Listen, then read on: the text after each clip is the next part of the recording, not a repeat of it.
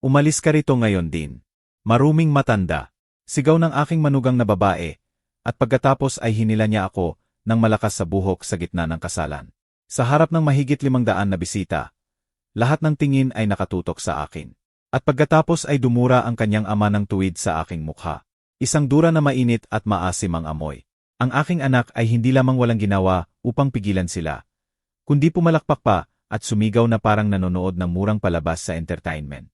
Tiningnan ko siya sa mga mata. Nakita ko lamang ang duwag at kahihiyan na nakatago sa likod ng ngiting baluktot.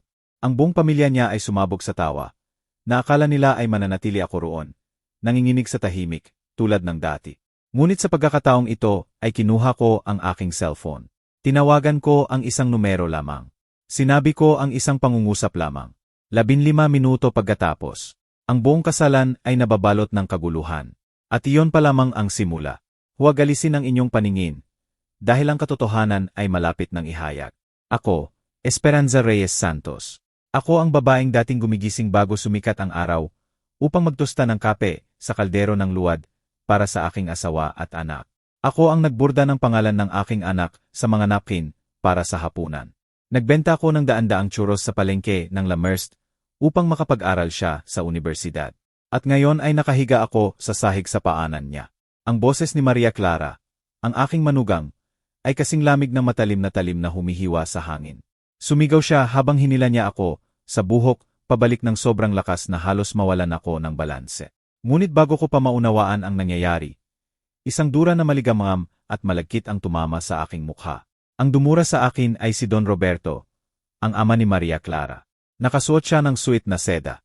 May suot na kilalang Rolex na ginto at ang kanyang pabango na matindi ay nalampasan ang marangyang dekorasyon ng banquet hall ng Hotel Hacienda del Sol. Tiningnan niya ako na parang ako ay isang nakakadiri na mansa sa makintab na sahig na marmol na puti. Basura mula sa probinsya. Alis sa harap ko sisitsit niya sa ngipin. Kusang lumingon ang aking ulo. Hinahanap ang tingin ni Juan Miguel. Ang anak ko ay ilang hakbang lamang mula sa akin. Walang dungis sa kanyang suit na gawa sa sukatan at korbata na kulay burgundy. Ang ilaw sa entablado ay nagbibigay liwanag sa kanyang mukha ng may kinang. Ngunit hindi maitago ang kanyang tingin na umiiwas. Anak, bulong ko. Bago pa ako makapagsalita ng higit pa, sumingit si Maria Clara. Ito ang aming mahalagang araw. Pwede bang huwag mong sirain? Pakiusap. Sinabi niya ito ng mahina, ngunit narinig ko ng perpekto. Bawat salita ay parang martilyo sa aking dibdib. Naramdaman ko na nanginginig ang aking katawan. Ang musika ay tumutugtog pa rin. Ang mga tawa ay hindi tumitigil. Ang mga bisita, ang mga parehong tao na minsan kong pinagsilbihan ng mainit na tamales sa pasyo ng aking bahay. Ngayon ay itinataas nila ang kanilang cellphone upang kunan kung paano ako inaatake at pinapahiya ng aking manugang sa publiko. Sinubukan kong manindigan, ngunit nanginginig ang aking mga binti na parang halaya. Bumagsak ako sa tuhod, matinding bumangga sa matigas na sahig na tiles. Isang braso ang bumangga sa baso ng alak, at ang pulang likido ay natapon sa aking damit. Ang pulang iyon ay parang dugo. Isang waiter ang lumapit ng may pag-aalangan, na may layong tulungan akong tumayo. Ngunit tinuro siya ni Maria Clara at sumigaw. Huwag mo siyang tulungan. Doon ang lugar niya. Ang pangungusap na iyon ay nagdrawing ng linya mula sa pagiging ina. Naging ako na isang katulong na walang pangalan. Isang hadlang. Si Don Roberto ay tumawa. Binigyan ng tapik sa likod ang kanyang anak na babae. Nakikita mo ba, anak? Sa wakas ay natanggal natin ang magbubukid na iyan sa kasalan. Ngayon ay parang totoong party ng mataas na lipunan. Sa isang sandali ay gusto kong sumigaw. Gusto kong tumayo at sampalin ang mga mukha na nanunuya. Ngunit hindi ko ginawa. Nanatili akong tahimik. Pinisil ko ang laylayan ng aking maruming damit gamit ang aking mga kamay na magaspang. Huminga ako ng malalim. Ang amoy na nasunog na kape, murang pabango, pulang alak at ang metalik na lasa ng dugo sa aking lalamunan. Lahat ay naghalo sa isang mapait na cocktail ng kahihiyan. Walang nag-abot ng kamay sa akin. Walang-wala. Dati ay naniniwala ako na kung tatahimik ako, kung titiisin ko lahat, makakapayapa ako. Ngunit nagkamali ako. Ang katahimikan ay hindi kapatawaran. Ang katahimikan ay paglaho. At ako, ayaw ko nang mawala. Nilinis ko ang aking mukha sa unang pagkakataon sa aking buhay. Tumingin ako ng tuwid sa aking anak, na hindi na ang batang dati kong pinapatulog gamit ang lumang kanta ng panghel. Malinaw kong nakita ang duwag sa kanyang mga mata. Naglabas ako ng tuyong tawa, walang laman, na parang pinagtatawanan ko ang sarili ko. Tumayo ako ng may hirap. Bawat galaw ay masakit. Sumusunog ang aking ulo. Ang buhok ay nakalugay pa ring gusot sa aking noo. Ngunit nagawa kong tumayo nang may natitira pang dangal. Lumabas ako ng banquet hall nang hindi lumingon, nang hindi nagbuhos ng isang luha, at nang hindi nagsabi ng isang salita. Ngunit nagbigay ako ng pangako sa sarili ko na magbabayad sila para rito. Hindi sa luha, kundi sa parehong bagay na kinuha nila sa akin. Gayon, 3 metro. 3 metro lamang ang naghihiwalay sa aking mga tuhod na sugatan sa kanyang sapatos na leather na Italiano. Sa ibang pagkakataon, ang distansyang iyon ay walang kahulugan. Ngunit ngayon ay parang bangin. Isang madilim na karagatan na nagbukas sa pagitan ng ina at anak. Juan Miguel Bulongko. Ang aking boses ay natigil sa lalamunan. Nakita ko siyang mag-alangan sa isang segundo. Nakita ko ang isang kislap ng batang pinalaki ko. Gumawa siya ng galaw, na parang aabot ng kamay. Napukol ang aking puso. Ayan na. Akala ko, tutulungan niya ako. Ngunit pagkatapos ay naramdaman niya ang tingin ni Maria Clara. Naramdaman niya ang bigat ng mga mata ng kanyang biyenan sa kanyang bato. At ang kamay ni Juan Miguel ay huminto sa hangin. Hindi bumaba sa akin. Bumaba ito sa kanyang sariling jacket. Inayos niya ang lapel. Inalog niya ang isang hindi nakikitang alikabok. Nag-alala siya sa kanyang suit. Ang suit na navy blue na mas mahal pa sa kinikita ko sa isang taon na naglalaban ng damit ng iba. Tiningnan niya ang kanyang makintab na sapatos. Pagkatapos tiningnan ang basang alak sa sahig, malapit sa aking kamay. Gumawa siya ng mukha ng disgusto. Natatakot siyang madumihan.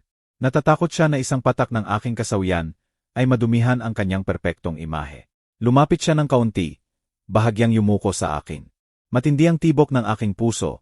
Naghihintay ng sorry, ng aliw. Ngunit nang binuksan niya ang bibig narinig ko ang boses ng isang estranghero. Nanay. Ang kanyang boses ay isang mahinang sisitsit na magaspang. Tumayo ka, huwag kang magdrama. Ang mga salita ay tumama sa akin ng mas malakas kaysa sa sahig. Drama. Akala niya ay acting ito. Na gusto ko ang nakahiga sa paanan ng kanyang biyenan na may dura sa mukha. Pakiusap, tumayo ka. Patuloy niya na nakuyom ang ngipin. Huwag kang magpakahiya pa. Pinapahiya mo ako. Pinapahiya mo ako. Ulit ko. Naramdaman ko na may nabali sa aking dibdib. Na parang isang masikip na lubid na biglang naputol. Pinapahiya mo ako. Ang 3 salitang iyon ay umugong sa aking isip. Naburado ang 40 taon ng alaala. Bigla, ang aking isip ay bumiyahe sa nakaraan. Sa mga gabi na ginugol ko sa pananahi ng damit ng iba, upang bayaran ang kanyang libro sa abogasya. Sa mga araw na kumain ako ng beans at tortilla upang makapag-aral siya sa pribadong universidad. Dahil doon pumupunta ang mga anak ng importanteng tao, sabi niya sa akin. Binigay ko sa kanya lahat. Binigay ko ang aking kabataan. Binigay ko ang aking lakas.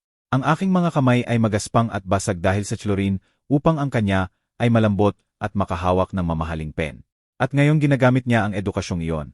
Ang posisyong binuo ko gamit ang aking pawis upang tingnan ako mula sa itaas. Upang husgahan ako. Juan Miguel. Sabi ko ng mahina. Ako ang iyong ina. Kakadura lang sa akin. Sinuntok ako ng iyong asawa. Huminga siya ng may pagka-impatient. Si Maria Clara ay tense. Ito ang espesyal na araw niya. At ikaw, palagi kang gustong maging sentro ng atensyon sa iyong kapalpakan.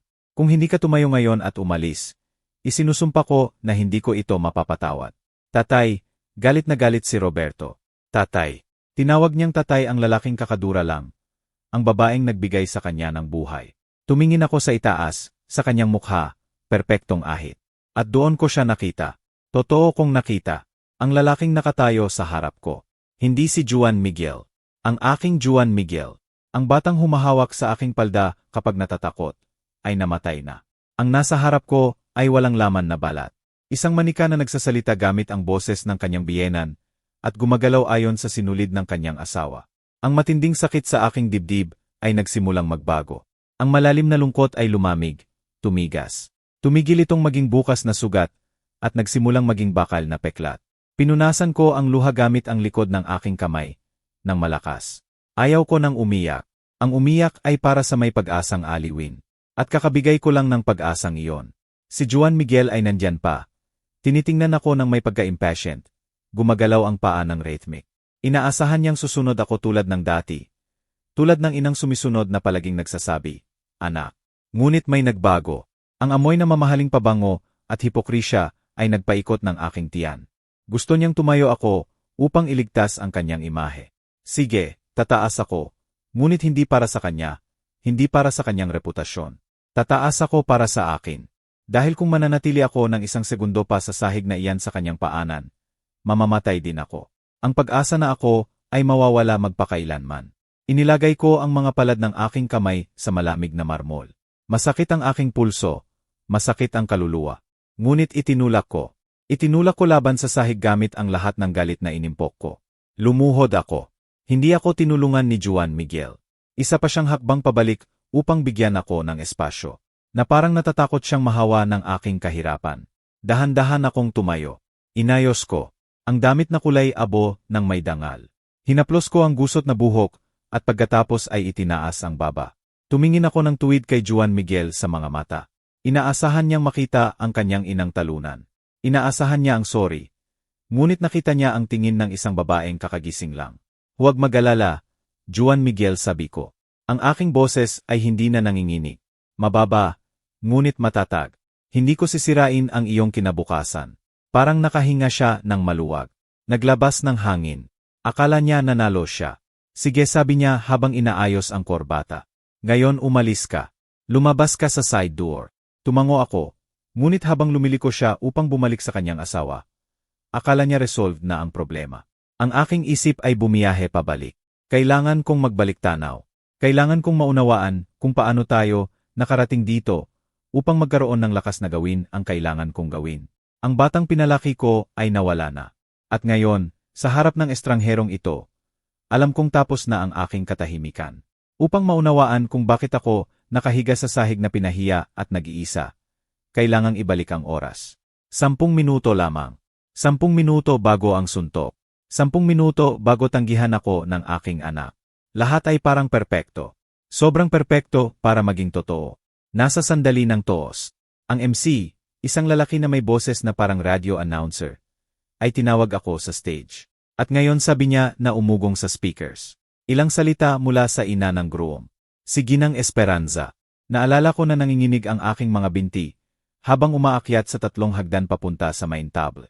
Hindi ako sanay sa maliwanag na ilaw ni sa hawak na mic. Ako ay babae ng kusina. Ng pesyo. Ng mahinang usapan sa mga kapitbahay. Hindi ng speech sa harap ng high society ng Guadalajara. Ngunit masaya ako.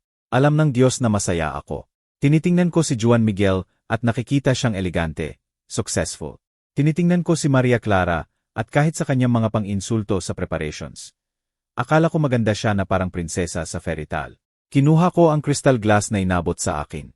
Payat ito, delikado, yung tipong natatakot kang basagin kahit tingnan lang. Puno ito ng red wine, isang madilim, makapal, mamahaling wine. Salud. Sabi ko sa mic. Ang aking boses ay maliit sa malaking hall na iyon. Pagpalain kayo ng Diyos, mga anak ko. Huwag kayong magkukulang ng tinapay at pag-ibig sa inyong mesa. Itinaas ko ang glass sa kanila. Tiningnan ako ni Maria Clara nang may rehearse ng ngiti, yung hindi umabot sa mata. Ngunit tinanggap niya ang toast. Nang sinubukan kong lumapit upang i-clink ang glass ko sa kanya, gusto ko lang marinig ang kristal na tunog. Chin-chin. Ang tunog ng celebration. Ngunit hindi ko nakita ang carpet. Isang thick at heavy Persian carpet na dekorasyon sa gitna ng dance floor. May isang waiter siguro na nagmamadali.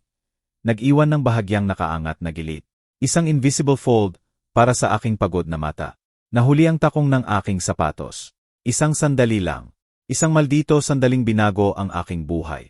Naramdaman ko na nawawalan ng balanse. Sinubukan kong humawak sa table, sa hangin, sa anuman, ngunit mas mabilis ang gravity kaysa sa reflex ko sa 64 taon. Ang aking katawan ay sumulong at ang kamay na may glass ay napailing sa instinct. Lumipad ang wine. Nakita ko ito sa slow motion. Nakita ko ang red liquid na gumuhit ng RC sa hangin. Kumikinang sa ilalim ng chandelier lights. Maganda at nakakatakot ng sabay. At pagkatapos ay tumama. Hindi sa sahig. Hindi sa tablecloth. Tuwid itong tumama sa lap ng Maria Clara. Sa French lace na imported. Sa hand-embroidered pearls sa dibdib at palda ng kanyang immaculate white gown. Ang tunog ng glass na nabasag sa sahig ay unang senyales ng disaster. Ngunit ang pangalawang tunog ay mas masama. Ang sigaw ni Maria Clara ay hindi tao. Ito ay hiyaw ng taong biglang nawalan ng balat. Tumayo siya ng bigla, itinulak ang upuan. Tiningnan niya ang kanyang damit ng may horror. Ang red stain ay mabilis na lumaki. Sinisipsip ang puti ng tela. Parang mortal na sugat sa gitna ng party. Sumigaw ang aking damit ng may malalaking mata. Tanga, tingnan mo ang ginawa mo. Ako ay natulala ng may kamay pa ring nakataas sa hangin na walang laman. Pasensya, anak, pasensya bulong ko. Lumapit ako sa instinct. Kinuha ko ang tissue na gusot na nasa sleeve ko. Gusto kong tulungan. Gusto kong punasan. Gusto kong burahin ang mistake. Huwag mo akong hawakan. Sigaw niya sa akin. Sinampal ang aking braso ng malakas. Huwag kang magtangkang hawakan ako gamit ang iyong maruming kamay. Lalo mong dadumihan. Nanatili akong tahimik, nakikibit, nararamdaman ang pinakamaliit at walang kwentang bagay sa mundo. Ang hall ay tahimik, nanonood ng drama. At doon lumitaw si Doña Lucia, ang ina ng bride, ang may-ari ng bahay at ng sitwasyon. Si Doña Lucia Morales ay palaging mabait sa akin, o akala ko. Ngumingiti siya sa mga dinner, nag-alok ng tsaa, sinasabi na mabuti na nagmamahalan ang ating mga anak. Ngunit palaging may something sa kanyang tingin, isang invisible barrier, isang glass wall na naghihiwalay sa mayayaman sa mga nagsisilbi. Mabilis na lumapit si Doña Lucia, inilagay ang isang kamay sa balikat ng kanyang hysterical na anak, at ang isa ay itinaas sa mga bisita, humihingi ng calm. Tahimik lahat sabi niya ng malakas at malinaw. Ngumingiti ng may sweetness na nakakatakot. Accident lang ito. Counting wine ay hindi nakamamatay. Ang orchestra. Pakituloy po. Ang musika ay tumugtog ulit ng may pag-aalangan. Ang mga bisita ay bumalik sa kanilang bulungan. Akala resolved na ang krisis. Lumiko si Doña Lucia sa akin. Ang kanyang mukha ay nanatili sa perfect hostess smile. Ang labi ay nakakurba pa itaas, ngunit ang mata. Ang mata niya ay dalawang malamig na balon. Lumapit siya sa akin ng sobra na naamoy ko ang kanyang mamahaling pabango. Halo ng flowers at old money inabot niya ang aking braso. Parang gesture ng support, na parang hinahawakan ako upang hindi ako bumagsak ulit. Ngunit ang kanyang daliri ay nakabaon sa aking laman. Pinisil ng malakas, sobrang lakas. At pagkatapos ay bumulong. Bumulong ng sobrang hina na ako lang ang nakarinig. Ngunit bawat salita ay nakabaon sa aking puso na parang karayom. Sabi ko na sa iyo. Bumulong si Roberto nang hindi tumitigil sa pagngiti sa audience. Alam kong mangyayari ito. Iyan ang nangyayari kapag nag-imbita ka ng tao mula sa probinsya sa desenteng lugar. Natulala ako, Doña Lucia. Sinubukan kong depensahan ang sarili. Tumahimik ka. Pinutol niya ako habang pinanatili ang malambot at makamandag na tono. Clumsy ka. Bulgar ka. At sinira mo lang ang main photo para sa Society Magazine. Pinisil niya ang aking braso ng kaunti pa. Sinasaktan ako. Tingnan mo ang sarili mo. Patuloy niyang bulong. Sa murang damit na iyan at lumang sapatos. Parang katulong na sumingit sa party. Dapat nanatili ka sa kusina mo. Esperanza. Doon ka nabibilang. Hindi dito. Binitawan niya ang aking braso nang may disgust push. Ngayon umusod ka sabi niya. Hayaan ang professionals na linisin ang iyong mess. Umurong ako nang nanginginig. Napuno ng luha ang aking mata. Hindi dahil sa aksident, hindi dahil sa damit, kundi dahil sa walang dahilan na cruelty. Dahil sa pagkatuklas na sa buong panahong iyon. Para sa kanila, hindi ako ang ina ni Juan Miguel. Hindi ako biyenan. Hindi ako pamilya. Tao ako mula sa probinsya. Necessary nuisance na tinolerate lang dahil nagustuhan ng anak nila ang aking anak. Tiningnan ko si Maria Clara. Patuloy siyang umiiyak para sa kanyang damit na parang may namatay. Para sa kanya, ang imported fabric na iyon ay mas mahalaga kaysa sa aking dangal. Mas mahalaga kaysa sa aking intention. Mas mahalaga kaysa sa akin. Iyon ang sandali. Iyon ang exact moment na natapon ang glass ng wine. Ngunit ang totoong nabasag ay ang veil na nakatakip sa aking mata. Ang violence na darating pagkatapos, ang hila sa buhok, ang dura, lahat iyon ay physical consequence lang na nangyari sa bulong na iyon. Hindi nila kami gusto. Kailanman hindi nila kami gusto. At ang aking anak, ang aking mahirap na Juan Miguel, ay nandyan, nanonood lahat. Hindi alam na ang kanyang ina ay kakasentensyahan lang dahil sa pagiging mahirap at clumsy. Umurong ako ng isa pang hakbang na bumangga sa tabol ng kekes at doon. Nang makita ni Maria Clara na malapit pa rin ako, tuluyang nawala ang kontrol at sumugod sa akin. Ngunit bago ko ikwento kung paano nagkabuhol ang kanyang kamay sa aking buhok. Mga kaibigan, may pakiusap ako. Tumigil sandali. Tingnan ang inyong screen. Naririnig ninyo ang kwento ng isang ina na gusto lang magbigay ng blessing. At naging treated na parang kriminal dahil sa pagmansa ng tela.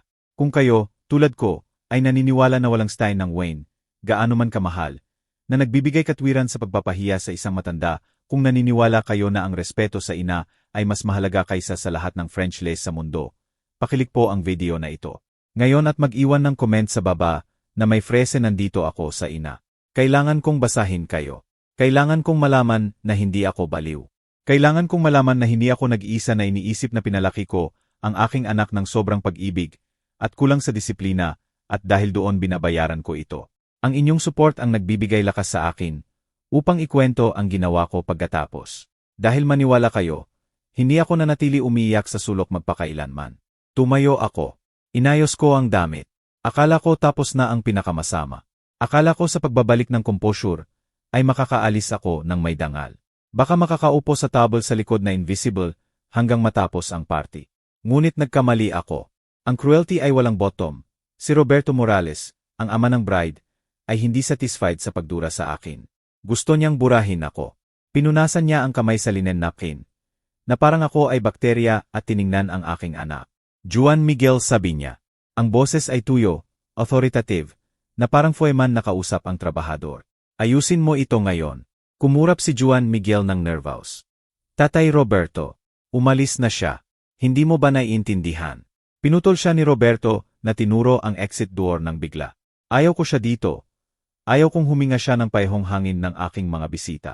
O umalis siya ngayon din o tapos ang party at babawin ko ang investment ko sa iyong law firm. Bukas pa. Ikaw ang mag-decide. Ultimatum na malinaw, direct, brutal. Lahat sa hall ay huminga ng nagtitipid. Tiningnan ko ang aking anak. Ito ang moment of truth. Ito ang moment na dapat niyang sabihin ito ang aking ina.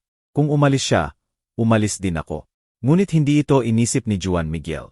Ni hindi siya nag-alangan ng segundo. Ang takot sa pagkawala ng pera, takot sa pagkawala ng status ay mas malakas kaysa sa dugo. Lumiko siya sa akin. Iniiwas ang mata sa akin. Tiningnan ang kaliwang balikat ko. Nanay, sabi niya ng tense. Kailangan mong umalis. Pinapaalis mo ba ako? Tanong ko. Ang boses ko ay walang laman. Sa sarili mong kasalan. Huwag mong pahirapan pa, sabi niya. Humakbang papunta sa akin. At nararamdaman ko ang kanyang kamay. Inilagay niya ito sa aking likod. Sa pagitan ng shoulder blades. Hindi ito haplos, hindi yakap. Ito ay soft push. Ngunit firm. Pinapaalis niya ako papunta sa exit. Lakad ka, bulong niya. Ang aking paa ay gumalaw mag-isa. Na parang robot ako. Nagsimula kaming maglakad. Ang halway papunta sa duor ay parang walang hanggan. Sa bawat hakbang nararamdaman ko ang mga tingin ng 300 bisita na nakatutok sa aking batok. Naririnig ko ang bulungan. Kawawa naman ang babae. Nakakahiya. Siya ang may kasalanan sa pagdating ng ganyan ang suot. Si Juan Miguel ay naglalakad sa likod ko. Hindi sa tabi. Sa likod. Na parang security guard na nag-escort sa kriminal. Nararamdaman ko ang pressure ng kanyang kamay sa aking likod. Ginagabay ako. Sinisigurong hindi ako lilihis. Dumaan kami sa mga table na puno ng pagkain na hindi ko matitikman. Dumaan sa floral arrangements na mas mahal pa sa aking bahay. Ang kanang kamay ko ay mahigpit na humawak sa handle ng aking lumang bag. Puting-puti ang knuckles ko sa pressure. Sa loob ng bag na yon, sa simple na Manila envelope ay ang buong buhay ko. Ang deeds ng apartment sa North Zone ng Zapopan. Bagong apartment na may 2 kwarto at malaking balcony. Binili ko ito sa pagbebenta ng lupa na iniwan sa akin ng aking lolo sa Tepatitlon. Ang tanging inheritance ko. Binenta ko lahat. Nawalan ako ng lahat upang bigyan sila ng sariling bubong. Upang hindi sila makisama sa biyenan. Upang si Juan Miguel ay maging independent na lalaki. Ito ang aking wedding gift. Ang aking final sacrifice. Nakarating kami sa Mainduor. Ang fresh night air ay tumama sa aking mukha. Si Juan Miguel ay huminto sa threshold. Hindi siya lumabas. Siya ay mananatili sa loob. Sa mundo ng mayayaman. Ako ay lalabas. Sa mundo ng nakalimutan. Magtawag ka ng taxi, sabi niya nang hindi tinitingnan ako. Pumunta ka sa terminal at umuwi sa probinsya. Anak. Pinigilan ko siya. Lumingon ako upang tingnan siya sa huling pagkakataon. Gusto kong bigyan siya ng chance. Huling chance ng redemption. Binuksan ko ang bag ko. Ang nanginginig kong daliri ay humawak sa Manila envelope. Anak, hintay, sabi ko ng basag ang boses bago ako umalis. May dala ako para sa iyo. Ito ang iyong wedding gift. Bahagyang kinuha ko ang envelope. Kita lang ang corner ng yellow paper. Tiningnan ni Juan Miguel ang envelope. Pagkatapos tiningnan ang aking worn bag. Gumawa siya ng mukha ng irritation. Akala niya pera ito. Akala niya savings na matandang labandera. Ilang gusot na 500 pesos bills. O baka religious image o embroidered handkerchief. Wala siyang ideya na doon ang case sa kanyang freedom. Huminga siya ng may pure contempt. Inabot ang kamay at itinulak pabalik ang envelope sa loob ng bag ko ng malakas. Itago mo, sabi niya. Ngunit anak, mahalaga ito. Para sa inyong pamumuhay. Itago mo nga. Sabi ko, pinutol niya ako na unang beses na itinaas ang boses. Ayaw ko ng iyong charity, nanay. Ayaw ko ng iyong lumang bills na amoy amag. Natulala ako. Charity, bulong ko. Charity, jura niya. Tingnan mo ang lugar na ito. Tingnan mo ang mga tao dito. Dito hindi namin kailangan ang iyong sentimo. Dito sobra ang pera. Itago mo ang iyong coins para sa boss fair. Kailangan mo iyan. Isinara niya ang bag ko nang may sharp slap ng kamay. Ang slap na iyon ay isinara rin ang aking puso. Umalis ka na, sabi niya. At huwag mo akong tawagan, kami ang tatawag sa iyo pagbalik namin mula sa honeymoon. O baka pagkatapos. Binigyan niya ako ng huling push, sa balikat ngayon, upang itulak ako palabas ng threshold. Humakbang ako pabalik, natisod papunta sa gravel ng parking. Hinawakan ni Juan Miguel ang handle ng malaking carved wooden door. Tiningnan niya ako sa huling pagkakataon. Walang goodbye. Walang mahal kita. Walang sorry. Ang tunog lang ng heavy wood na sumaraslam. Umugong ang tunog sa gabi. Ang orchestra music na muffled ay biglang malakas ulit sa loob ng hall. Narinig ko ang palakpakan. Narinig ko ang tawa. Patuloy ang party. Ipinagdiriwang nila. Ipinagdiriwang na natanggal ang basura. Nanatili ako roon, nakatayo, nag-iisa sa dilim ng parking. Sa aking gray dress, lumang bag at apartment na 3 milyon pesos na tinanggihan lang ng aking anak dahil akala niya coins. Humhip ang hangin. Naramdaman ko ang lamig. Ngunit hindi lamig ng gabi. Lamig ito ng kamatayan. Dahil sa sandaling iyon alam kong namatay na si Juan Miguel para sa akin. Ang anak na kilala ko ay wala na. Binaba ko ang tingin sa aking bag. Hinaplos ang worn leather. Hindi coins, anak, bulong ko sa hangin. Ito ang iyong buhay. Bigla akong natuyo ang luha. Wala nang space para sa sadness. Ang sadness ay lutsuri na hindi ko kayang bayaran. Gayon space lang para sa absolute clarity. Lumingon ako, tinalikuran ang hasyenda, ang musik at ang betrayal. Naglakad ako papunta sa empty street. Ang aking takong ay umuugong sa asphalt. Tisi, tak, tik, tak. Bawat hakbang ay naglalayo sa akin sa kanila. Bawat hakbang ay nagbabalik sa akin sa sarili ko. Kinuha ko ang aking old cellphone mula sa bulsa. Modelong luma na may cracked screen, ngunit gumagana. Tinawagan ko ang isang numero, hindi taxi. Ang tanging numero na mahalaga. Ngayon ang aking daliri ay matatag na gumalaw sa keypad. Oras na para tawagan. Ang hangin ng gabi ay hindi malamig. Ang nagyayelo sa akin ay ang kaluluwa. Nanatili ako roon. Nakatayo sa gravel ng parking, sa ilalim ng yellow light ng lonely lamppost. Sa aking likod, patuloy ang tugtog ng orchestra. Blue Danube, elegant waltz upang takpan ang basura na kakasweep lang palabas ng bahay. Inilagay ko ang kamay sa aking right cheek. Ang dura ni Roberto Morales ay tuyo na, ngunit naroon pa ang feeling, sticky, gross, na parang brand sa baka na nagsasabi walang kwenta ang babaeng ito. Nilinis ko ng malakas, kuskos ang balat hanggang sumakit, hanggang uminit. Hindi ko gusto burahin ang dura. Gusto ko burahin ang pag-asa ng 10 minuto kanina. Gusto ko burahin ang submissive mother, ang babaeng yumuyuko, ang biyuda na humihingi ng sorry sa pag-iral.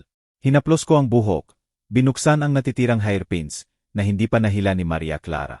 Pinabayaan kong mahulog ang aking gray, long at wavy hair sa balikat. Wala nang need ng elegant hairstyle.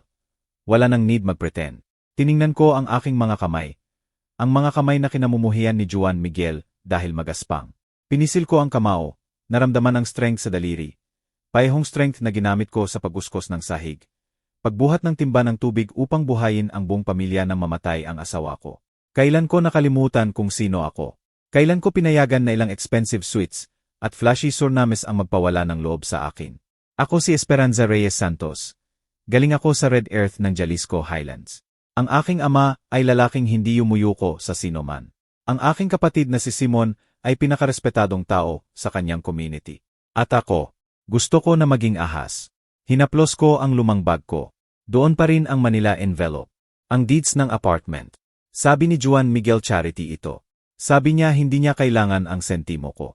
Tuyong tawa na walang joy ang lumabas sa aking lalamunan. Kawawang tanga, bulong ko sa gabi.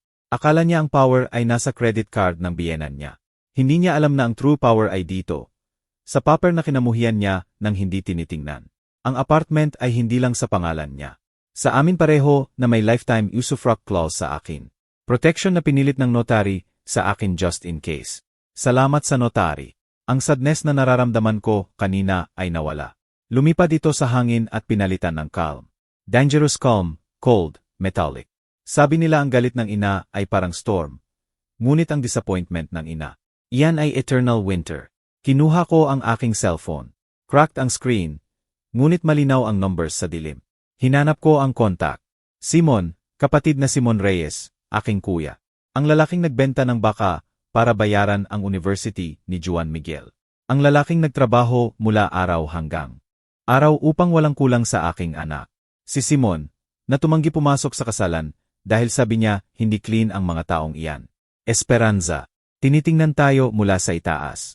Hindi ako pupunta kung saan hindi ako gusto. Tama siya. Palagi siyang tama. Pinindot ko ang call. Tumunog isang beses. 2 beses. Hello, ang boses ni Simon ay makapal. Magaspang sa tobacco. Worried ang tunog. Esperanza, may nangyari ba? Bakit ka tumawag ng ganitong oras? Dapat nagsasayaw ka. Huminga ako ng malalim. Ayaw kong manginig ang boses ko. At sa aking surprise, hindi ito nanginig.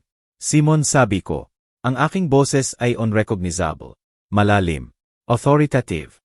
Ano yan, babae? Iba ang tunog mo. Tama ka, kapatid. Sa lahat, may silence sa kabilang linya. Kilala ni Simon ang aking silence. Mas mabuti pa siyang magbasa nito kaysa sino. Ano ang ginawa nila sa iyo? Tanong niya. Ang tono ay nagbago.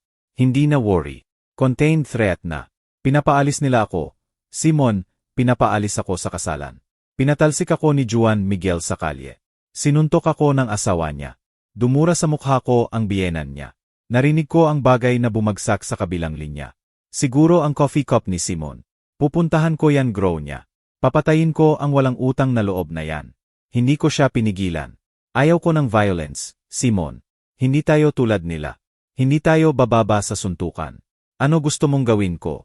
Manatili lang akong naka-cross arms habang pinapahiya ang kapatid ko. Gusto kong sunduin mo ako ngayon. Nagpause ako. Tiningnan ko ang malaking wooden door ng hasyenda. Inimagin ko si Juan Miguel sa loob. Umiinom ng champagne. Akala niya nakawala na siya sa kanyang pas. At Simon, dagdag ko ng malamig ang boses. Dalhin ang malaking pick-up at dalhin ang mga anak mo. Para saan? Ang apartment, Simon. Ang wedding gift. Ano ang nangyari doon? Ayaw ni Juan Miguel. Sabi niya, Charity, kaya kunin natin ulit. Kunin ulit. Parang confused si Simon. Sandali. Nasa akin ang papers. Ngunit ang case. Ang physical case ay nasa glove compartment mo. Di ba? Dala ko. Balak ko ibigay bukas. CJ, dalhin mo at dalhin ang tools. Sisiguraduhin nating manatili sa atin ang bahay na yan. Kung ayaw niya sa akin, ayaw niya rin sa pawis ko. Tahimik si Simon sandali. Pagkatapos narinig ko ang case na nagtitunog at door na binubuksan. Naintindihan, boss, sabi ni Simon. At sa unang pagkakataon sa maraming taon tinawag niya akong ganyan tulad ng tawag sa akin ni Papa. Darating ako sa 15 minuto. Hintayin mo ako roon. At Esperanza, huwag kang umiyak. Hindi na, kapatid. Naubos na ang luha ko. Ngayon memory lang ang meron ako. Binaba ko. Itinago ang phone sa bag. Hindi ako naglakad papunta sa bus stop tulad ng utos sa akin ni Juan Miguel. Hindi ako nagtago sa dilim. Lumingon ako at tumayo sa gitna ng main entrance ng parking sa ilalim ng ilaw kung saan makikita ako ng sino mang papasok o lalabas. Itinapat ko ang arm sa dibdib. Itinuwid ang likod, itinaas ang baba. Patuloy ang musik sa loob. Tawa. Fake joy. Enjoy ninyo ang last 15 minutes ng peace. Uminom kayo ng mamahaling wine. Sumayaw kayo ng Viennese Waltz. Dahil sa 15 minutes dadaan ang pick-up ni Simon sa gete na yan. At hindi siya mag-isa. Dala niya ang 40 taon ng pisot na dangal. Akala ni Juan Miguel na sa pagtataboy sa akin natanggal niya ang problem. Hindi niya alam na sa pagtataboy sa akin inimbita niya ang kanyang worst nightmare. Tiningnan ko ang aking cheap wristwatch. 14 minutes. Nagsimula na ang countdown. 15 minutes. Ni higit, ni kulang. Sa loob. Nakabawi na ang party sa RAYTEM. Naririnig ko ang forced laughter at clinking ng silver cutlery. Siguro si Roberto Morales ay nagtotoast para sa pagtatanggal ng problem. Ngunit bigla nag-vibrate ang sahig. Hindi earthquake. Mas powerful pa iyon. Sa malayo narinig ang deep roar. Inegatibo 8 engines. Ang headlights ay humiwa sa dilim. 1, 2, 3. Pickup trucks. Hindi luxury cars. Working trucks na may putik sa gulong at strength sa chassis. Yung ginagamit natin sa bukid sa Jalisco. Ang una, Red Ford, huminto sa harap ko. Bumukas ang door. Cowboy boot ang tumapak sa gravel ng firm. Bumaba si Simon. Ang aking kapatid ay suot ang usual hat at plaid shirt. Walang suit. Ngunit may dangal siya kaysa sa sinumang lalaki sa loob ng hall na yan. Sa likod niya bumaba ang mga pamangkin ko. George, Luis, Tono. Malalaking lalaki, broad shoulders. Nakita ni Simon ang aking smeared makeup at loose hair. Tumigas ang panga niya. Tara na, sabi niya. Naglakad siya papunta sa main door. Sumunod ako sa likod, protected ng wall ng mga pamangkin ko. Ang security guards ay sinubukang lumapit. Ngunit tinakot sila ni Simon ng tingin. Tingin ng boss. Umusod ang guards. Itinulak ni Simon ang double doors. Ang sharp bang ay umugong na parang putok. Bigla tumigil ang orchestra. 300 faces lumingon. Nakita nila ang grupo ng fieldmen sa threshold ng gala party, at nakita nila ako. Ang babaeng pinatalsik na bumabalik kasama ang army niya. Diretso naglakad si Simon sa dance floor. Umuugong ang boots niya sa marmol. TC, tak, tak. Si Juan Miguel mula sa head table ay namutla. Nahulog ang glass sa kamay niya. Si Roberto Morales ay tumayo ng galit. Ano itong kahulugan nito? Sigaw niya security. Tanggalin ang mga ranchero na ito. Inignore ni Simon. Umahon siya sa stage at kinuha ang mic sa singer. Natulala ang hall. Magandang gabi. Umugong ang boses ni Simon sa speakers. Malalim at magaspang. Pasensya sa pagambala sa inyong circus. Bumaba ka riyan. Sigaw ni Maria Clara. Tawagan ang pulis. Tawagan mo, hamon ni Simon. Ngunit bago iyan makikinig kayo. Tinuro niya si Juan Miguel gamit ang calloused finger. Akala ninyo malaking catch ang batang ito. Akala ninyo may pera siya. Akala ninyo ang luxury apartment sa Puerta de Hierro, kung saan sila titira, ay galing sa trabaho niya. May bulungan. Si Juan Miguel ay umiling. Silently begging. Nagkamali kayo, sabi ni Simon ng malakas. Hindi siya ang bumili ng apartment na yan. Ang babaeng ito. Ang kapatid kong si Esperanza, tinuro niya kung saan ako nakatayo. Ibinenta niya ang lupa ng ating mga lolo. Ibinenta ang inheritance niya upang may matirhan ang walang kwentang ito. Ang mga bisita ay napaawang. Ang mukha ni Roberto ay nagbago mula pula patungong gray. Ngunit kanina pa sabi ni Simon na binaba ang tono sa dangerous level. Pinatalsik ninyo siya, pinahiya, dinuraan. Tiningnan ni Simon si Roberto sa mata. Ang big-time businessman ay ibinaba ang tingin. Sabi ninyo basura siya. Sabi ninyo charity ang mga bagay niya. Lumiko siya kay Juan Miguel. Pamangkin. Sabi mo ayaw mo ng sentimo niya. Diba, syo? Hintay. Bulong ni Juan Miguel. Tumahimik ka. Sigaw ni Simon. Nagsalita ka na nang patalsikin mo ang ina mo. Oras ko na. Kinuha niya ang paper mula sa bulsa. Copy ng deeds. Kung hindi welcome ang ina sa pamilyang ito, hindi rin welcome ang pera niya. At sa slow, deliberate movement, pinunit ni Simon ang paper sa gitna. Ang tunog ay amplified. Pinunit ulit at itinapon ang pieces sa hangin. Bumagsak na parang chep confetti sa floor. Cancelled ang deal, sabi niya. Ang apartment ay mananatili kay Esperanza at kayo. Kayo ang may groom. Ngunit walang bahay, walang lupa at walang ina. Itinapon niya ang mic sa sahig. Umugong ang bang na parang Judge's gavel. Tara na, Esperanza. Sumabog ang chaos. Ano? Sigaw ni Maria Clara na hinawakan si Juan Miguel sa lapels. Sabi mo sa akin galing sa iyo. Sinungaling. Swindler ka. Umunggol si Roberto na itinulak ang table. Niloko mo ako. Ang mga bisita ay nagsalita ng sabay. May tumawa, may kumunan sa cellphone. Lumingon ako. Hindi ko tiningnan ang terrified face ni Juan Miguel. Wala nang pakialam. Naglakad ako papunta sa exit. Binuksan ng mga pamangkin ko ang daan. Inilagay ni Simon ang braso sa balikat ko. Heavy at protective arm. Lumabas kami sa fresh air. Sa likod namin naiwan ang sigawan tungkol sa pera. Dahil iyon lang sila. Pera lang. At kapag inalis mo ang pera, tawa lang ang natitira. Umahon ako sa truck. Habang umaalis kami, nakita ko sa rearview mirror. Ang perfect wedding ay naging magulong kulungan ng manok. Sa unang pagkakataon sa gabi ngumingiti ako. Nagsimula na ang war at kakapanalo ko lang ng first battle. Sabi nila ang time heals everything. Kasinungalingan. Ang time ay naglalagay lang ng dust sa sugat. Ngunit hindi nito ginagamot. Lumipas ang 4 na taon. 4 na mahabang taon mula sa gabing pinunit ni kapatid kong Simon ang deeds at dinala ako pabalik sa probinsya. 4 na taon ng silence. 4 na taon ng paggising bawat umaga na nagtatanong kung nakakain na ba ng breakfast ang aking anak. Namumuhay ako ng tahimik sa Tepatitlon. Tumutulong kay Simon sa ranch, nag-aalaga ng manok at nagsusutla ng damit. Ngunit ang dugo ay tumatawag at ang dugo ng lola ay mas malakas tumawag.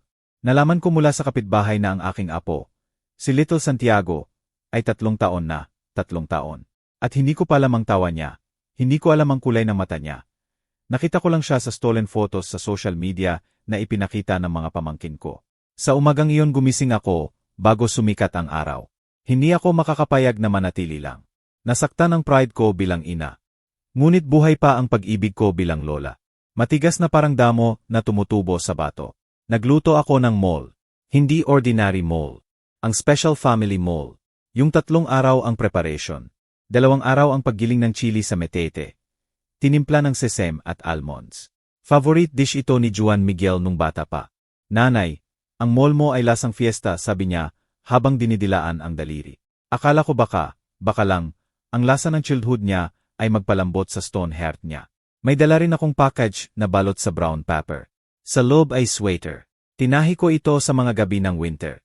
Soft wool, SKY blue na may embroidered ducks sa chest. Hindi branded. Walang Italian label. Ngunit bawat tahi ay may prayer para sa aking apo. Sumakay ako ng bus papuntang Guadalajara. Pinawisan ang kamay ko habang hawak ang peltre pot ng mall at ang gift. Nakarating ako sa Morales Mansion. Malaking bahay sa private zone. Kailangan kong makiusap sa guard sa gate na papasukin lang ako upang mag-iwan ng package. Tinunog ko ang doorbell. Matindi ang tibok ng puso ko. Bumukas ang door. Hindi si Juan Miguel ang lumabas. Si Maria Clara. Mas payat siya, mas blonde, mas malamig. Tiningnan niya ako na parang annoying street vendor. Ano ang ginagawa mo rito? Tanong niya nang hindi binubuksan ang security gate. Pumunta ako upang makita ang apo ko, sabi ko, habang itinataas ang pot at package. Birthday niya. May dala akong sweater at ang mall na gusto ni Juan Miguel. Tumawa si Maria Clara ng tuyo. Mall, sabi niya nang may disgusto. Sa bahay na ito hindi kami kumakain ng taba at lalo na yung dark thing na nagmansa ng lahat. Binuksan niya ang gate, ngunit hindi para papasukin ako. Kinuha niya ang sweater package, binuksan ng brutal, pinunit ang paper. Hawak niya ang blue sweater gamit ang 2 daliri na parang infected. Ordinary wool na nuya siya, anak ko. Nakashoot ng imported from Europe. Magkaka-allergy ang tela na yan sa kanya. Basahan ito. Ginawa ko gamit ang kamay ko, bulong ko. Ang kamay mo ay hindi welcome, sabi niya. At ginawa niya ang unthinkable. Ibinaba niya ang sweater sa sahig, sa dumi ng garden, at pagkatapos sinampal niya ang peltre pot na hawak ko. Lumipad ang takip ang thick, dark at mainit na mall. Natapon sa aking sapatos, sa aking binti. Naramdaman ko ang init ng saw sa balat ko. Ngunit mas masakit makita ang 3 days work na natapon sa konkrete. Wasted na parang basura. Ibalik mo yung dumi na yan sa mga baboy sa ranch mo, sabi ni Maria Clara. At huwag ka nang bumalik. Kung makita ka ni Juan Miguel, magagalit siya ng todo. Isinara niya ang door. Nanatili ako roon, amoy chocolate at chili na may stained shoes at squeezed hair. Ngunit hindi ako umuwi sa probinsya. Matigas ako. Ina ako. Alam ko na sa gabing iyon mag-celebrate sila ng big party sa pinakamahal na restaurant sa city, sa Anderes Zone. Lugar na may glass walls at golden lights. Gusto ko lang siyang makita. Gusto ko lang makita si Santiago mula sa malayo. Nilinis ko ang sarili ko sa public restroom hanggang maayos. Naghintay hanggang gabihin. Nakarating ako sa restaurant mula sa sidewalk, sa malalaking windows. Parang ibang mundo.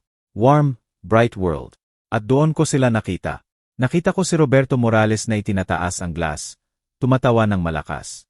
Nakita ko si Maria Clara na hinahaplos ang lipstick, at nakita ko si Juan Miguel. Pagod ang itsura. May eyebags, ngunit ngumingiti tuwing kinakausap ng biyenan. At sa high chair, na parang Little Prince. Si Santiago, aking apo. Pareho ang curly hair kay Juan Miguel. Sa edad na yon napuno ng luha ang mata ko. Sobrang gwapo. Kinuha ko sa bag ang last gift ko. Hindi ang sweater, wooden horse ito. Tinukoy ito ni kapatid kong Simon sa kamay. Simple, rustic toy, pinwood na amoy forest. Lumapit ako sa entrance. Hindi ako papasok. Gusto ko lang ibigay ang horse sa waiter at ipapatabol niya sa mesa ng bata. Tumayo ako malapit sa glass at bigla nakita ako ni Juan Miguel.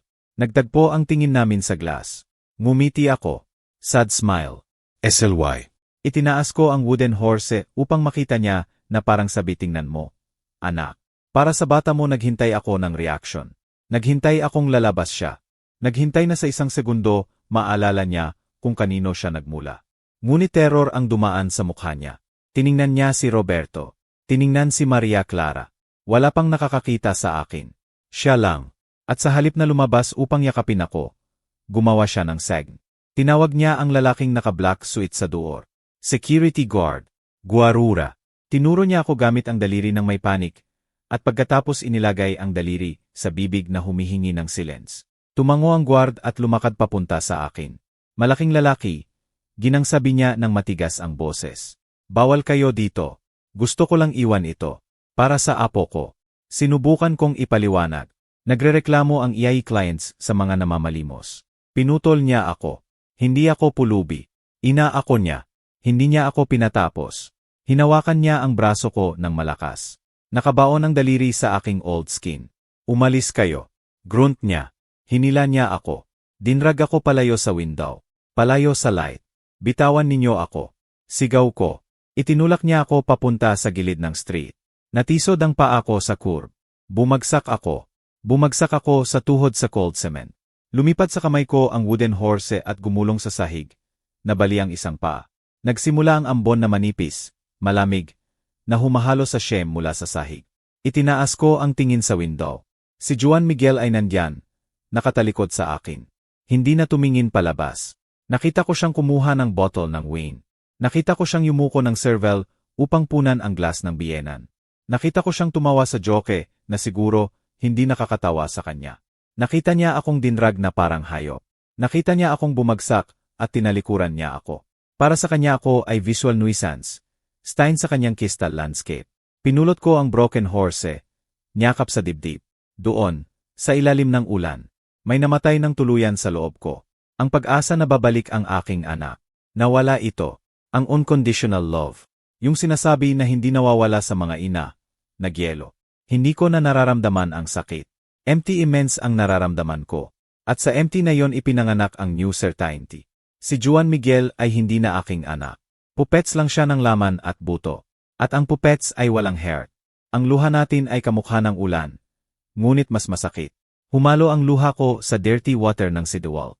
Sa gabing iyon nagtatanong ako ng libo-libong beses, ano ang mali kong ginawa? Ang sobrang pagmamahal ba ang kasalanan ko? Ang pagbigay ng lahat ba ang nagpabago sa kanya? Mga kaibigan, sumakit ang dibdib ko sa pag-alala.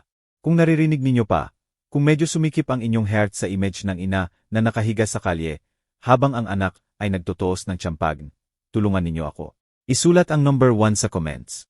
On lang para malaman kung hindi ako nag-iisa sa cold sidewalk na ito. Para malaman kung may sumuon sa kabilang side na humahawak ng kamay ko, habang ikinukwento ko kung paano ang fate o divine justice ang nangasiwa sa bill na ito. Dahil maniwala kayo, dumating ang bill at sobrang taas.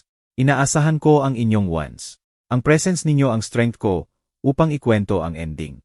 Sabi nila ang divine justice ay late minsan. Ngunit palaging dumadating. At sa modern times, minsan dumadating ito sa cellphone screen. Hindi ko alam sa gabing iyon. Umuwi ako sa bus terminal na basa na may broken wooden horse. Feeling ang pinakamiserable na babae sa Jalisco. Ngunit may nakakita sa amin. May kumakain sa opposite terrace. Isang yonggoy, yung laging nakadikit sa phone. Kinunan niya lahat. Kinunan ang guards na dinrag ako.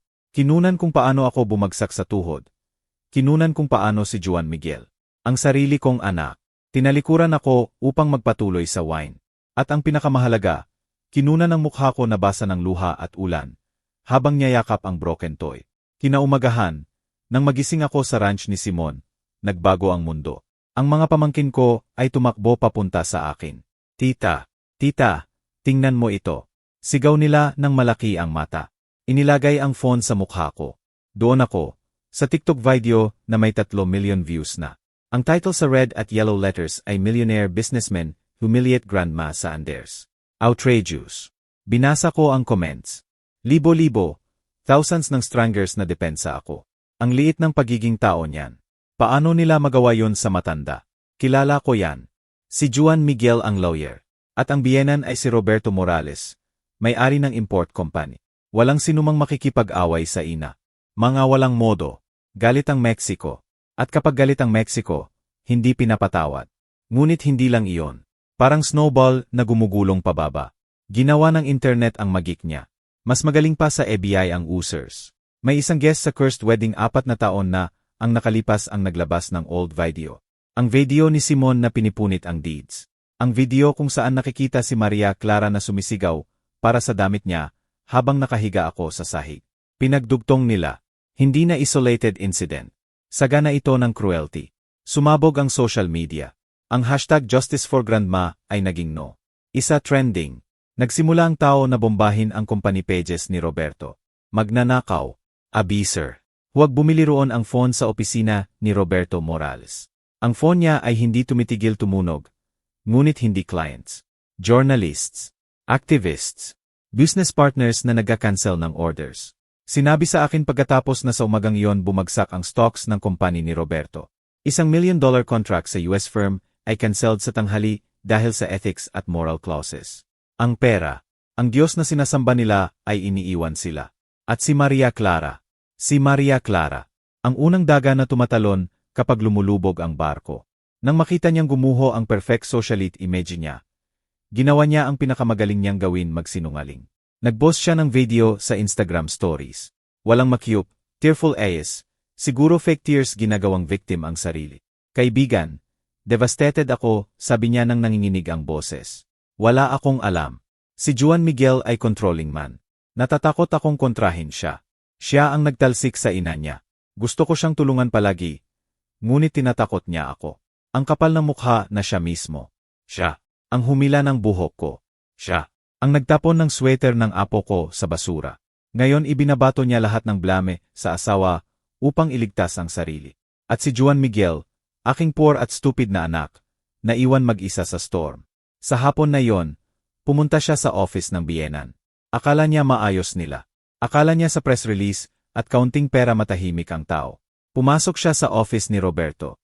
Si Roberto ay pula, pinawisan, niluluwagan ang tea, habang sumisigaw sa phone sa lawyers niya. Nang makita si Juan Miguel, binaba niya ang phone ng malakas. Ang silence sa office na yon ay siguro terrible. Sinubukan magsalita ni Juan Miguel. Tatay Roberto, may plan ako. Pwede nating sabihin na lasing ang ginang at ang tunog ng sampal ay umugong sa building. Hindi ordinary slap. Open hand slap na may full force na lalaking kakabawas lang ng millions pesos. Bumagsak si Juan Miguel sa sahig. Hawak ang mukha. Dumudugo ang bibig. Si Roberto ay tumayo sa ibabaw niya. Nanginginig sa galit.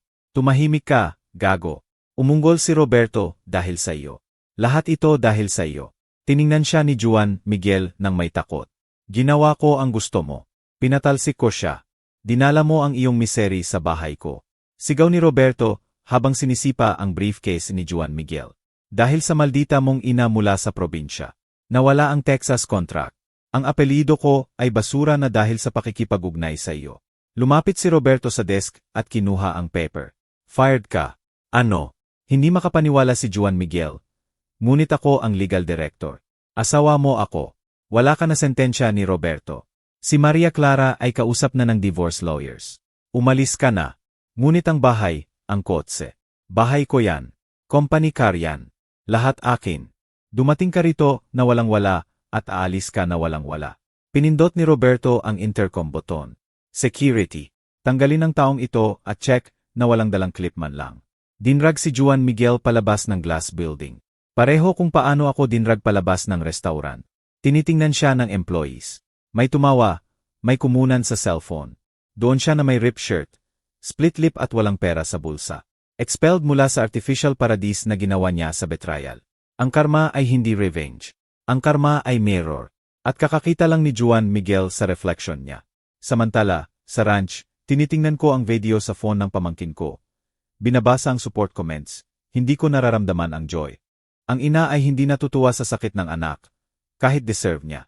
Ngunit naramdaman ko ang peace. Naramdaman ko na sa unang pagkakataon inayos ng universe ang mga bagay. Tapos na, kapatid, sabi sa akin ni Simon, inilagay ang kamay sa balikat ko. Bumagsak ang House of Cards. Bumagsak ito. At ngayon escombros lang ang natira. At sa ilalim ng escombros na iyon ang aking anak. Mag-isa, walang pera, walang pamilya at walang dangal. Nagsisimula pa lang ang lesson. Bumalik si Juan Miguel sa tanging refuge na akala niya meron. Lumabas siya sa building ng biyenan na may split lip at broken dignity. Naglakad siya papunta sa mansyon sa Puerta de Hierro. Walang kotse. Kinuha ng kompany sa parking. Kailangan niyang sumakay ng taxi na binayaran ng last bills sa wallet niya. Iniisip niya na kahit papaano may asawa siya. Iniisip niya na si Maria Clara, ang babaeng pinili niya kaysa sa sariling ina, yayakap sa kanya. Iniisip niya sasabihin nito, walang problema ang pera. Mahal kita. Magsisimula tayo ulit. Poor fool. Poor idiot. Hindi niya naiintindihan na may babaeng nagpakasal sa lalaki at may nagpakasal sa credit card. Kapag cancelled ang card, expired ang husband. Nakarating siya sa bahay. Ang white, modern, cold na bahay na tinawag niyang home. Binuksan niya ang maindoor. Nanginginig ang kamay niya. Tinawag si Maria Clara. Walang sumagot. Naglakad siya papunta sa kitchen. Ang magazine kitchen na halos hindi nila ginagamit dahil palaging order sa expensive restaurants. At doon, hindi si Maria Clara nagluluto. Hindi sa Italian Marble Island. May malaking yellow envelope, thick, kasama ang half-finished green juice glass. Lumapit si Juan Miguel. Binasa ang header ng document petition for no-fault divorce and dissolution of conjugal partnership. Sumayaw ang letters sa harap ng mata niya. Surprise! Lumingon si Juan Miguel. Si Maria Clara ay nandyan. Nakasandal sa door frame papunta sa terrace. Ngunit hindi siya mag-isa. Kasama niya, naka-fitted sports shirt at towel sa neck, si Beto, ang personal trainer sa GYM. Isang guy na 0 years younger kay Juan Miguel. Mas maraming muscles kaysa utak. Nakalagay ang kamay ni Beto ng confident sa baywang ni Maria Clara sa baywang ng asawa niya. Ano? Ano ang ginagawa niya rito? Nauntol si Juan Miguel. Ano ito? Maria Clara. Tumawa si Maria Clara ng maliit. Naglakad siya papunta sa table. Kinuha ang juice glass at uminom ng hindi inaalis ang tingin sa asawa o ex-asawa niya.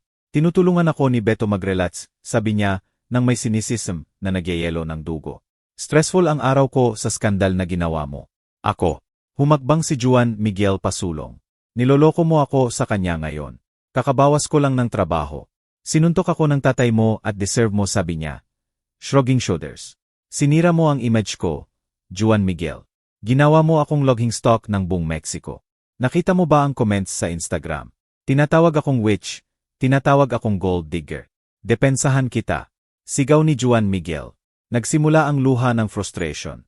Pinatalsik ko ang ina ko para sa iyo. Nakipag-away ako sa family ko. Para sa iyo. Binigay ko lahat sa iyo. Binigay mo sa akin ang problems. Pinutol niya ng tuyo. Pangako mo sa akin luxury life, status. Pangako mo brilliant lawyer ka, at naging loser ka na walang sariling bahay. Sinungaling na nabubuhay sa charity ng old woman mula sa ranch. Si Beto, ang trainer, tumawa ng mocking. Naramdaman ni Juan Miguel na umaakyat ang dugo sa ulo. Unbearable ang humiliation. Sumugod siya sa trainer. Gusto niyang suntukin.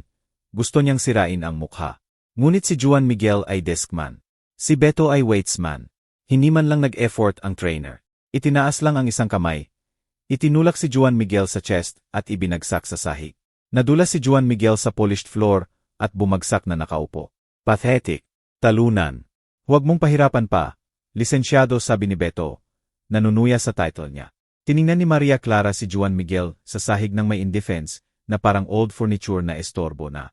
Pirmahan mo ang papers, Juan Miguel, at umalis. Umalis, bulong niya. Saan? Ito ang bahay ko. Mali, sabi niya. Bahay ito ni Papa.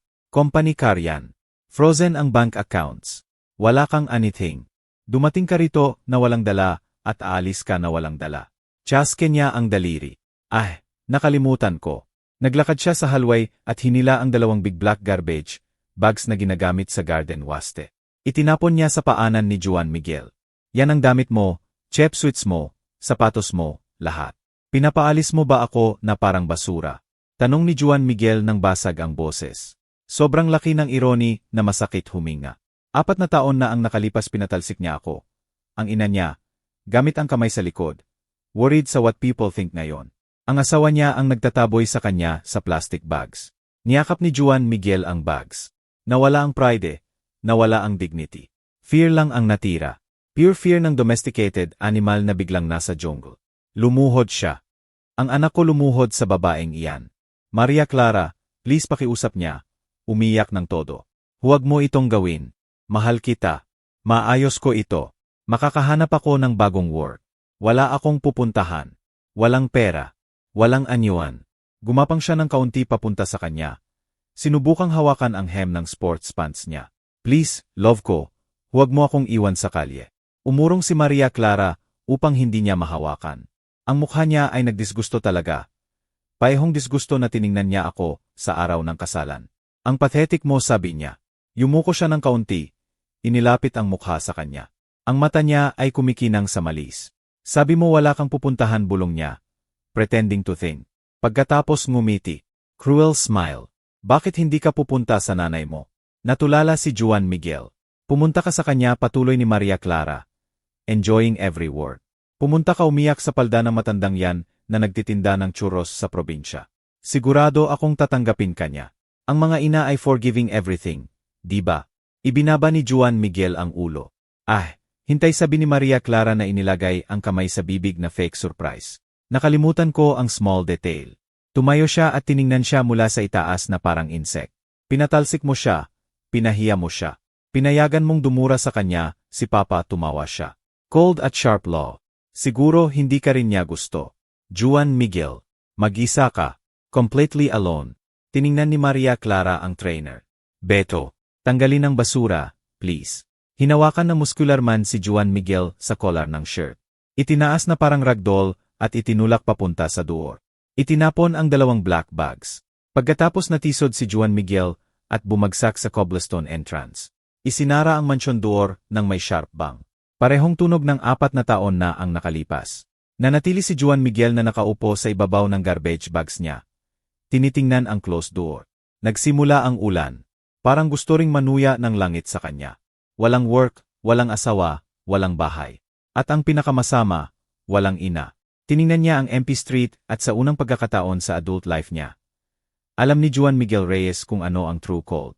Hindi cold ng weather, kundi cold ng walang home sa mundo. Tumagal ng 3 linggo. Full 3 weeks mula nang itaboy siya ni Maria Clara sa kalye na parang basura. Hindi ko alam kung saan siya natulog. Sa mga gabing iyon, hindi ko alam kung ano ang kinain niya. Imagine ko na ibinenta niya ang relo niya. Ang expensive watch na ipinagmamalaki niya para bayaran ang boss papuntang Tepatitlon. O baka humingi ng sakay sa highway.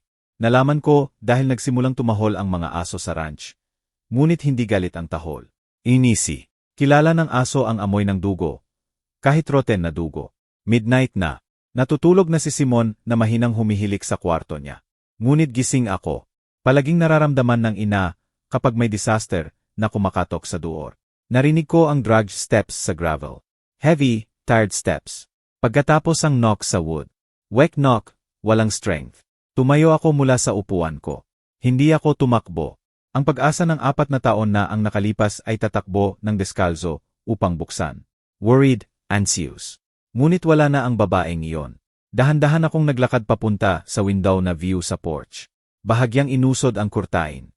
Ang full moonlight ay nag-ilaw sa pasyo. At doon ko siya nakita. Kung hindi ko siya ipinanganak, hindi ko siya makikilala. Payat siya. Ang damit niya, dating branded, marumi, punit at dusty. May grown beard at greasy hair. Nanginginig sa lamig. Parang abandoned scarecrow. Tumapik ulit. Nanay. Ang boses niya ay hoarse groan. Nanay, buksan mo. Ako ito. Nanatili akong tahimik. Pinisil ko ang curtain fabric. Ang puso ko. Ang traitor na yon gusto lumabas sa dibdib ko. Gusto kong buksan ang door, papasukin, paliguan ng hot water at bigyan ng plate ng kaldo. Ngunit naalala ko ang likod niya. Naalala ko kung paano niya ako tinalikuran sa restaurant habang nakahiga ako sa ulan. Naalala ko ang sheme niya kung bubuksan ko ang door na ito ngayon.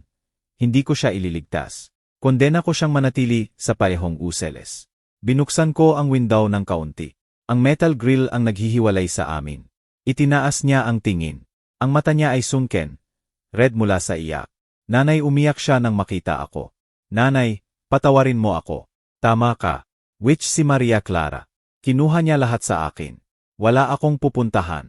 Gutom ako. Nanay, papasukin mo ako. Lumapit siya sa grill. Inabot ang dirty hands sa akin. Tingnan mo ako. Nagrepent ako. Isinusumpa ko nagrepent ako. Tiningnan ko siya. Tiningnan ko siya ng may calm na nakakatakot sa akin mismo. Sino ka? Tanong ko. Kumurap si Juan Miguel ng confuse. Paano sino ako? Ako si Juan Miguel. Anak mo. Baby mo. Umiiling ako ng dahan-dahan. Nagkamali ka. Sabi ko ng firmang boses. Hindi pinapahintulot na mabasag. Sa bahay na ito, may batang nakatira na Juan Miguel. Mabuti siya. Noble. Ngunit namatay ang batang iyon, 4 na taon na ang nakalipas. Nanay, huwag mong sabihin yan. Namatay siya sa araw ng kasal niya. Pinutol ko siya na itinaas ng kaunti ang boses.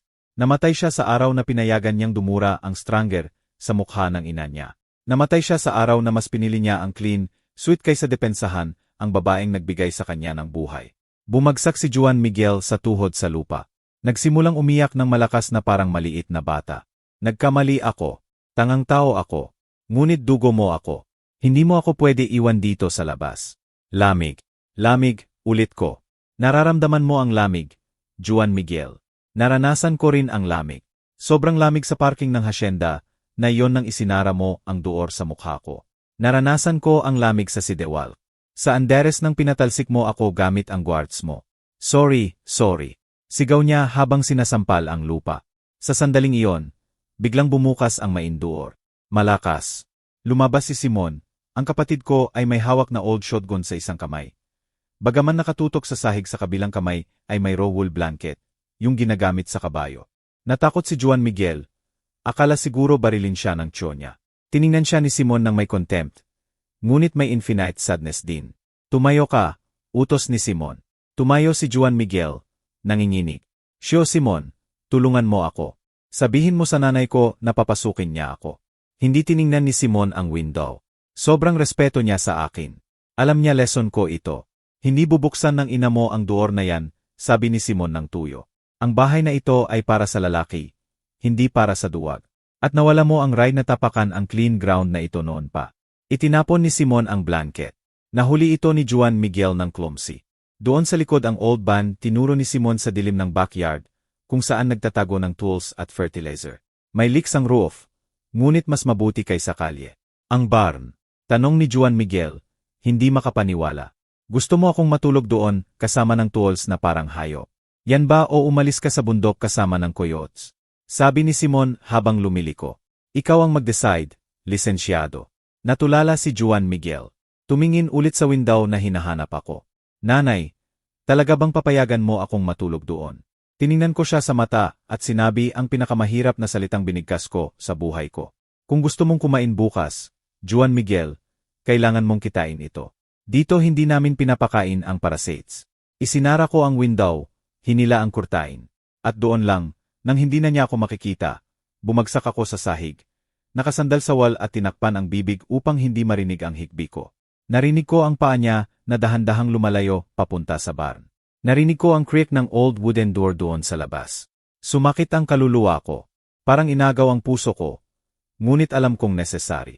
Ginugol ko ang buong buhay ko sa pagprotekta sa kanya sa lamig, at dahil doon siya naging weak. Dahil doon siya naging cruel. Ngayon, kung gusto kong ibalik ang anak ko, kailangan kong hayaang turuan siya ng lamig ng hindi ko naturo. Sa gabing iyon, walang natulog sa amin dalawa. Siya nanginginig sa dirty barn, at ako nagdadasal sa clean bed ko. Nagsisimula pa lang ang true judgment. First day. Dumugo ang kamay niya. Kamay ng lawyer. Soft hands na sanay sa typing sa computer, at signing documents gamit ang expensive pens. Kamay na hindi pa nakahawak ng lupa maliban sa pag-alog ng dust sa sapatos. Walang awa si Simon. Sa 5 oras AM, bago sumikat ang araw, ginising niya siya ng sigaw. Binigyan ng hoy at tinuro ang cornfield na kailangang linisin ng bad weeds.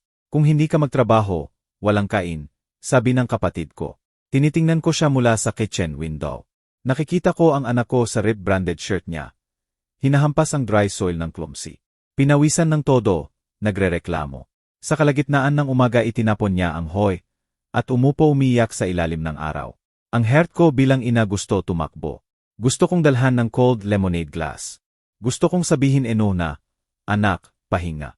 Hindi necessary. Ngunit tinali ko ang kamay ko sa apron. Kinagat ang labi hanggang halos dumugo. Hindi, kung tutulungan ko siya ngayon papatayin ko siya. Kailangang mamatay ang Wek Juan Miguel upang ipanganak ang lalaki. Lumipas ang 1 linggo, 2, 1 buwan. May nagsimulang magbago. Tumigil si Juan Miguel sa reklamo. Ang dating pel office skin niya ay naging tan. Toasted sa Jalisco Son. Napuno ng hard kaluses ang kamay niya. Napuno ng black dirt ang kuko niya na hindi na nawawala kahit sabon. Sa unang pagkakataon sa buhay niya, alam ni Juan Miguel ang value ng plate ng beans. Dati kinamumuhian niya ang pagkain ko. Ngayon, kapag dumadating mula sa field sa hapon, nilalamon niya ang tortillas na may salt na parang finest delicacy sa mundo. At may isa pang nangyari, something na hindi ko nakita sa maraming taon. Nagsimula si Juan Miguel na matulog ng mahimbing. Sinabi sa akin na sa city umiinom siya ng anxiety pills, stress sa debts, sa pleasing kay Maria Clara, sa keeping appearances. Dito, sa old ban bumagsak siya sa straw bed niya. Natutulog siya ng deep at restorative sleep ng lalaking nakita ang pahinga niya. Natutulog siya ng payapa dahil ang body fatigue ay naglilinis ng conscience. Isang Sunday afternoon, binigyan siya ni Simon ng day off. Ako ay sa pasyo nagdedesgranar ng corn. Si Juan Miguel ay naglilinis ng corner ng barn kung saan siya natutulog. Gumagalaw ng old boxes, junk na years nang nakatambak ng dus. Bigla tumigil ang ingay. Nagkaroon ng strange silence sa barn. Dahan-dahan akong tumayo at lumapit sa wooden door. Si Juan Miguel ay nakaupo sa sahig sa ibabaw ng straw. May rusty biscuit tin sa pagitan ng legs niya, yung tin na ginagamit ng lola sa threads at memories. Sa kamay niya hawak ang old ledger ko.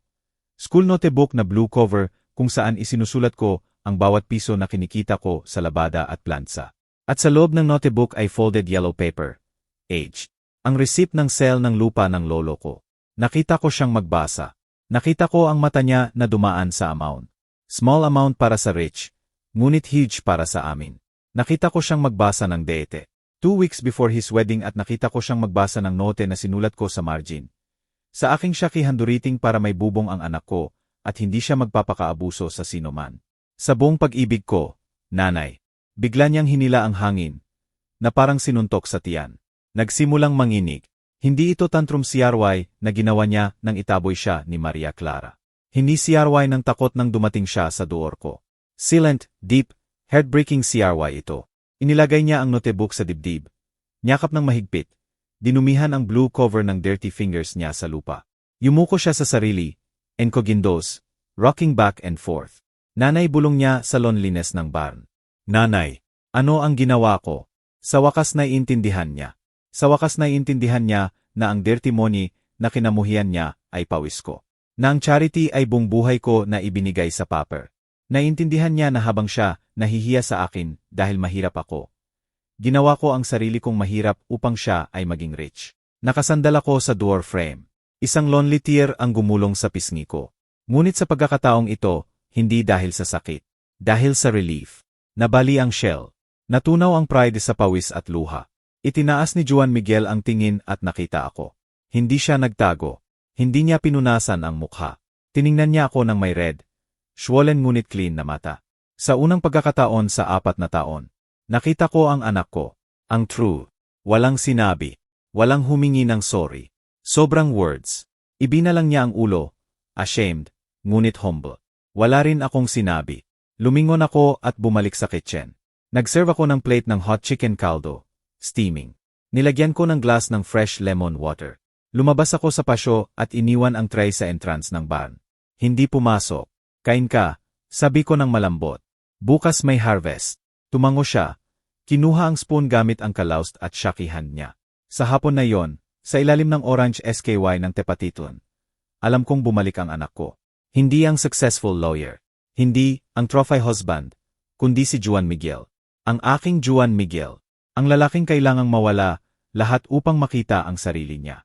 Lumipas ang 1 taon 300 at 65 revolutions ng araw mula nang pinunit ng kapatid kong Simon ang deeds na yon sa dance floor. Gayon Sunday sa kitchen ng ranch. Hindi amoy expensive perfumes ni imported floral arrangements. Amoy coffee di ola na may cinnamon. Amoy fresh handmade tortillas, inflated sa komal. Amoy pork rind sa green sauce. Simple smell. Cheap, sabi ng iba. Ngunit para sa akin amoy glory. Nakaupo sa wooden table. Sa harap ko si Juan Miguel. Hindi na siya naka-Italian three-piece suits. Simple white cotton shirt. Sleeves rolled up to elbows. Ang dating pale arms niya. Gayon bronze color at may strength ng work. Nagtrabaho siya sa municipal court ng bayan. Hindi na big-time legal director ng multinational. Clerk lang siya. Maliit ang sweldo. Nag-archive siya ng files buong araw at nag-asikaso ng humble people na humihingi ng justice. Ngunit kapag umuwi, mataas ang ulo. Pagod umuwi, ngunit clean conscience. Gusto mo pa ng saus, nanay? Tanong niya habang iniaabot ang molcajete. Ngumingiti ako. Anak, salamat. Iniserve niya ako ng maingat. Tinitingnan niya ako sa mata. Wala nang shame sa tingin niya. Wala nang takot sa what people say. May respect. May quiet affection na hindi kailangang isigaw para maramdaman. May empty chair pa sa table namin. Kay Santiago, apo ko si Juan Miguel, ay hindi pa siya nakikita sa isang taon. Ginamit ng Morales family ang lahat ng pera at influence nila upang block ang visits. Sinubukan nilang ipinta si Juan Miguel na monster. Ngunit hindi sumusuko si Juan Miguel.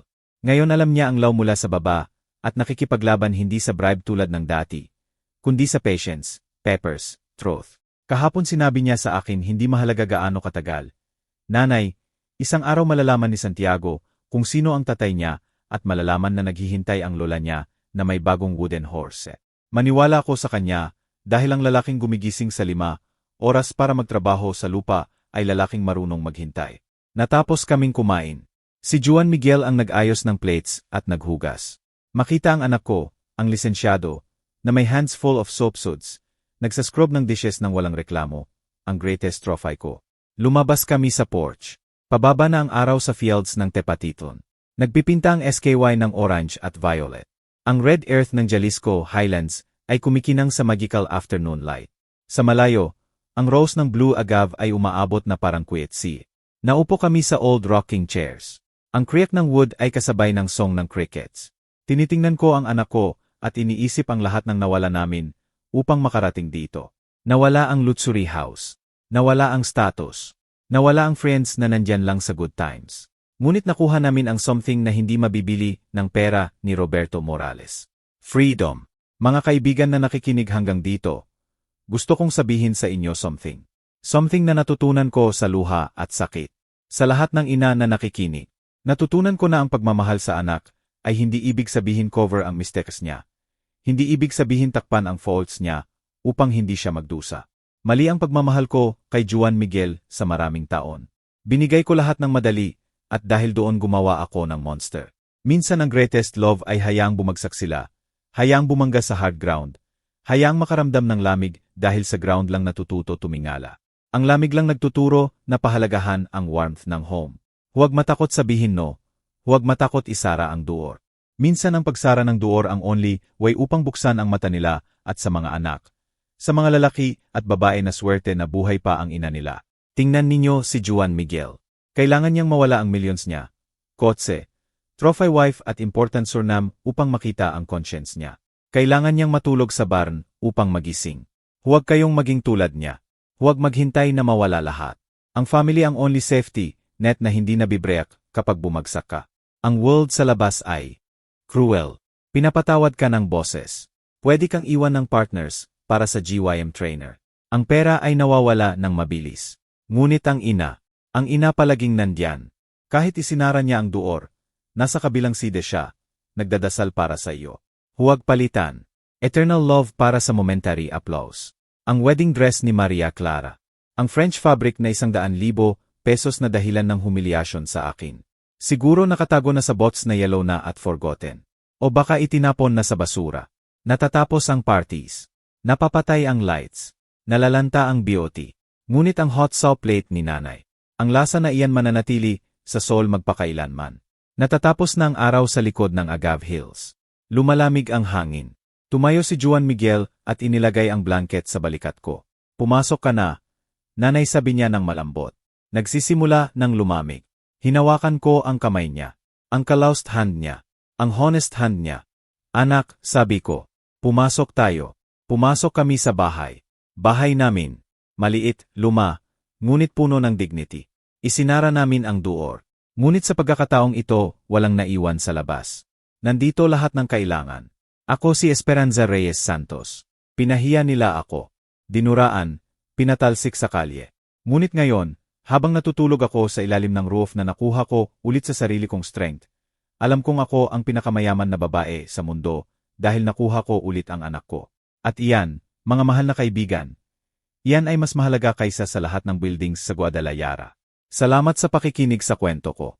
At alalahanin ninyo, ang buhay ay maraming liko, ngunit ang daan pauwi ay palaging nagsisimula sa heart ng isang ina.